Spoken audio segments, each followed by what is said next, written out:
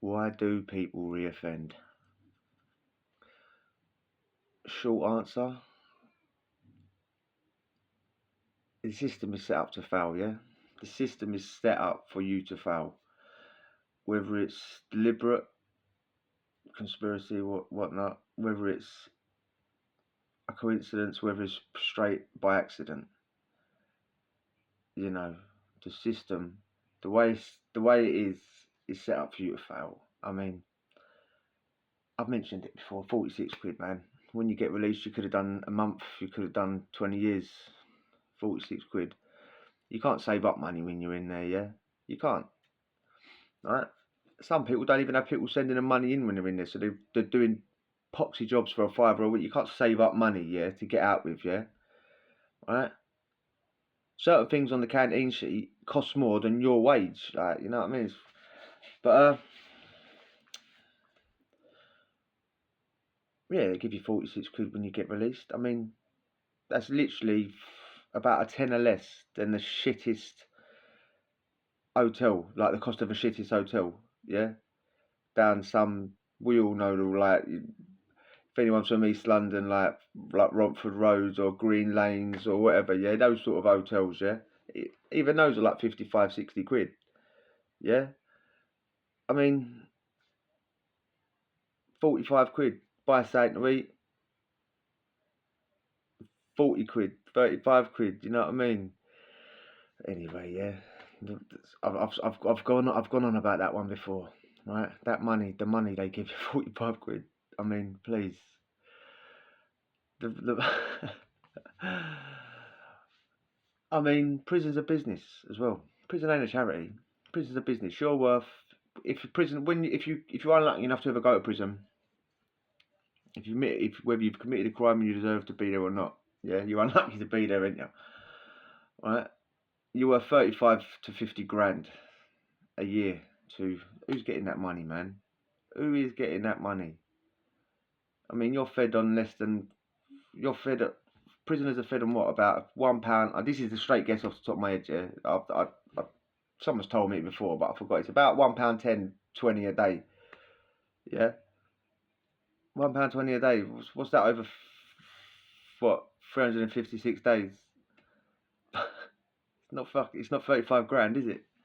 I mean, you're worth money to these people, yeah, and it's a repeat. They need repeat customers, yeah. They need repeat customers. They need you to come back, yeah.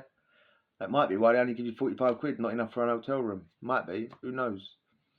I mean, I personally believe, yeah, this is a straight conspiracy. I believe jails are a money making scheme, yeah. But they don't want to rehabilitate you. Yeah, they want you out and coming back. Want you out, coming back. Because, like I said, 50 grand a year, 35 grand, take it from the lowest bit, 35 grand a year. For what? Just locking you up in a room, feeding you on. You know what I mean? When mad cow disease is about, you'll get loads of beef. When bird flu's about, they'll give you loads of chicken. Like, you know what I mean? You're not fed anything decent. Like, you're feeding about a quid a day. Like, you know what I mean? Slam you up in your cell, give you a quid a day's worth of food, and collect 35 grand a year for you. Why would they want to rehabilitate? If they wanted to rehabilitate prisoners, yeah, it would be so easy. Flood all prisons with courses, like actually worthwhile courses, bricklaying, mechanics. Yeah, they've had them, and some jails have probably still got them. But why not have every single jail loaded up with them? Yeah, all different ones. Yeah, pick one. You know what I mean, and add them in. Just flood the jails with them and force prisoners to do it. Yeah, we get forced to do all sorts of bollocks, mate. ETS, calm, enhanced thinking skills, control anger, learning to manage it, PASRO. I can't even remember what that fucking one stands for, mate. It's a drug one. Yeah, all the things that are worthless and mean nothing. And I believe actually like set you up to get you in a mindset to keep coming back. All those courses, yeah. I'll explain. But why not flood it with all those things that would actually make you maybe not come back? Give you an actual like, oh, you've done your bird and you're now a mechanic, yeah, or you're now a plasterer. It's up to you whether you use it, but I guarantee most of us would. Nobody gets to like a certain age, yeah, when you're young and and you're first going to jail, and I think you're going to be a millionaire by doing burglaries. You do think that when you're a kid, mate. You think you're a donut. But it's like when you get to a certain age, like say you get into your mid-20s and you think, what the fuck is going on here, mate? All I've done is in and out, in and out, in and out.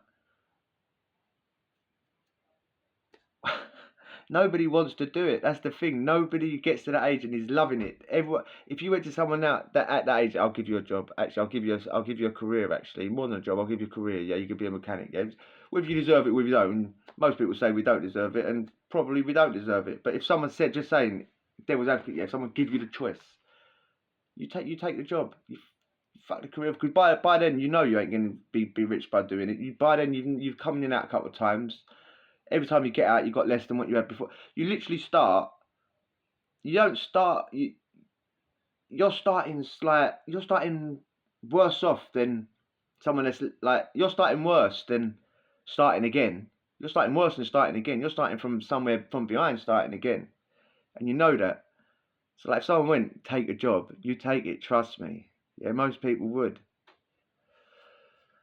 So why not just flood them in up instead of putting bullshit sweatshops in there? You know what I mean? Sewing machine repair shop, DVD destruction, whatever it is. It's like shops will send certain prisons like DVDs to be destroyed.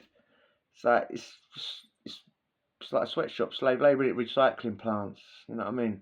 Melting down cardboard, cutting down cardboard or melting down plastic. I mean, or stripping wire. I mean, come on, mate. Now and you get out, you strip wire for 2 years, and then you've been given 45 quid at the gate, and people go, oh, it's shocking. How has he come back? How has he come back? It's absolutely shocking. He's done ETS and calm and Pajro and assertiveness and all this, and he's still come back. The thing about all them courses is, yeah, if you do get out, if you do them, and you get out, they go, oh, yeah, it's because he's listened to the courses. That's a success. But if you come back, they go, he didn't listen. They're bollocks, mate. They're such... I remember one. They force you to lie as well. I remember in it's either ETS or Calm. One of the questions was a genuine question, yeah? If your best friend comes to your house and knocks on the door, and you opened it, blah, blah, blah. Hello, mate. Yes. Hello, yeah, how you doing? It's your best friend. And he said, oh, by the way, I've robbed your nan's house. I need you to hide the stuff. What would you do? Well, I'd probably invite him in, get a knife, and, you know, it'd be probably party time, you know what I mean? But you can't be truthful. Like, you got to, oh, yeah, I'd say, oh, well, I don't agree with the fact you've taken my nan's stuff, but, you know, I applaud you on your bravery, because you got to be, you can't insult them. It's ridiculous. It's totally ridiculous. Like, but you got to play the game, and they force you to do it as well. They're getting money out of it. They're getting money. That's why they force you to do these bullshit courses. Teach you about triggers. I remember in the Pajro one. This was a drug course, yeah. Triggers, right? Triggers. I was basically a kid when I got sent away then, yeah, 19, yeah. My biggest problem was weed back then, right? So I used to sit there talking about weed in this poxy drug course, yeah, right? And they go, tell me about trigger, and I'll be like, literally from the moment I get up. Back in the day, I used to wake up at 3 o'clock in the morning, roll a zoot, smoke a twos, go back to sleep. Like, I said, from the moment I get up, I smoke weed. But what's a trigger? I don't know. Being in the car. Back in the day, being in the phone box, I might want to skin up in the phone box. Like, that I mean, so but all they're doing is making you think about your triggers all the time. But imagine like you've got a raging heroin habit, crack habit. Think about your triggers all the time. Think about your triggers. Remind yourself about your triggers constantly. Always remind yourself that when you walk past that house there, you used to get on it. Remind yourself that when you got in a black car, you used to get on it. Remind yourself that when you hear a tune, you used to get on it. And you're going to get all those feelings coming into you, because they're good feelings, aren't they? Because you used to have a laugh. You don't do it because you fucking hate it at first. You're doing it because you're having a laugh. think about those good times, and then you start doing it again, and then you go back to jail. Oh, the jail is earning 35 to 50 grand a year from you coming in and out, making you think about your triggers. Some people might say that's a conspiracy, isn't it, just to get you to come back, but jails are there to rehabilitate you, man.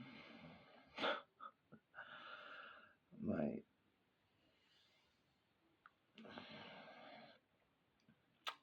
Most people start off going to jail when they're kids, yeah? Right? And then it's like a cycle, isn't it? And that's only because you're not dealing with the shit from when you was a kid. Childhood trauma. Sounds so harsh, doesn't it? Trauma. But it usually is. And I don't mean you could have been most of the, I'd say, I was about to say 95, but it's probably higher than that, 99. Nearly 100% of every single prisoners in there have been abused, some sort of abuse when they was a kid. Don't mean sexual, don't even mean, don't even have to be violent. Bullying. Imagine constantly bullying a developing mind constantly. So they don't even want to be indoors. They'd rather be on the street. You know what I'm saying? 2 o'clock in the morning, eating food out of bins, looking for money on the floor when they're 12, 13. Then they start shoplifting. Then they start burgling. Then they start doing other things. Then before you know it, they're in out of jail forever. But it's only when you realise that that's all you are to these people, mate, and they don't want you to get better. They don't want you living a life. You know what I mean? They want you. All they do, they want you. They want your life in there, earning them money for locking you up in the door and giving you £1 of food a day.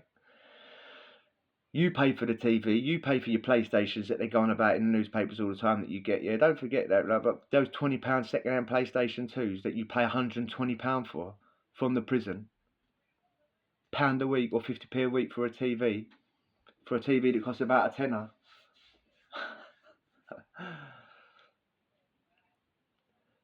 Thing is, how do you move on from jail? Yeah, this is how you move on. We've all had a bad life, right? Shit lives. Jail's shit. Jail's shit. The lives you lead when around jail is shit as well, isn't it? Yeah, chasing money, having beefs. It's very rare. It's only those short bits in between, isn't it, where you've actually got dough and you're having fun with it. It's mainly chasing it, and then you get nicked with nothing. Like, all the things that happened to you in the past lead to where you are now, yeah? There ain't no such thing as a negative experience or a bad experience. It's just an experience, isn't it? We all look back on things and laugh, don't we? Even at what you think is the most terrible experience in the world. When you're sitting down 10 years later thinking about it, you're sitting there chuckling with someone about it. You're not sitting there in tears. Very rare where you're sitting there bawling your eyes out over something. In my case, I'm with a bird who I love to bits. Been with her for like 4 or 5 years. Got a kid. We live in a lovely part of the world. Lovely house in the countryside. And I literally met her, through some geezer that I'd been in jail with. She went to school with him. Like they weren't even mates or nothing. But I'd been in jail with this geezer. He introduced me to her. Boom. So literally, if I'd have never been in jail, if I'd have never had a shit life when I was a kid, if I'd have never been in and out of jail, I'd have never met matey that introduced me to the bird I'm with now and I've got a kid with, and I've been with for 5 years. You just got to turn. Oh, there ain't no such thing as positives and negatives, mate. It just is. It's all in your mindset, innit? Whatever you think's reality, yeah? Whatever you think is real, because your brain don't know no different. Yeah? If you sit there and weep about your life constantly, that's how your brain reacts. It fires up and acts in a little crybaby way. But if you think you're lucky constantly, you think, actually no, I've lived a life that's led me exactly where I want to be now. Your brain will manifest that, and those thoughts will turn into reality. Anyway, if you enjoyed that video, hit subscribe and we'll chat tomorrow. Adios.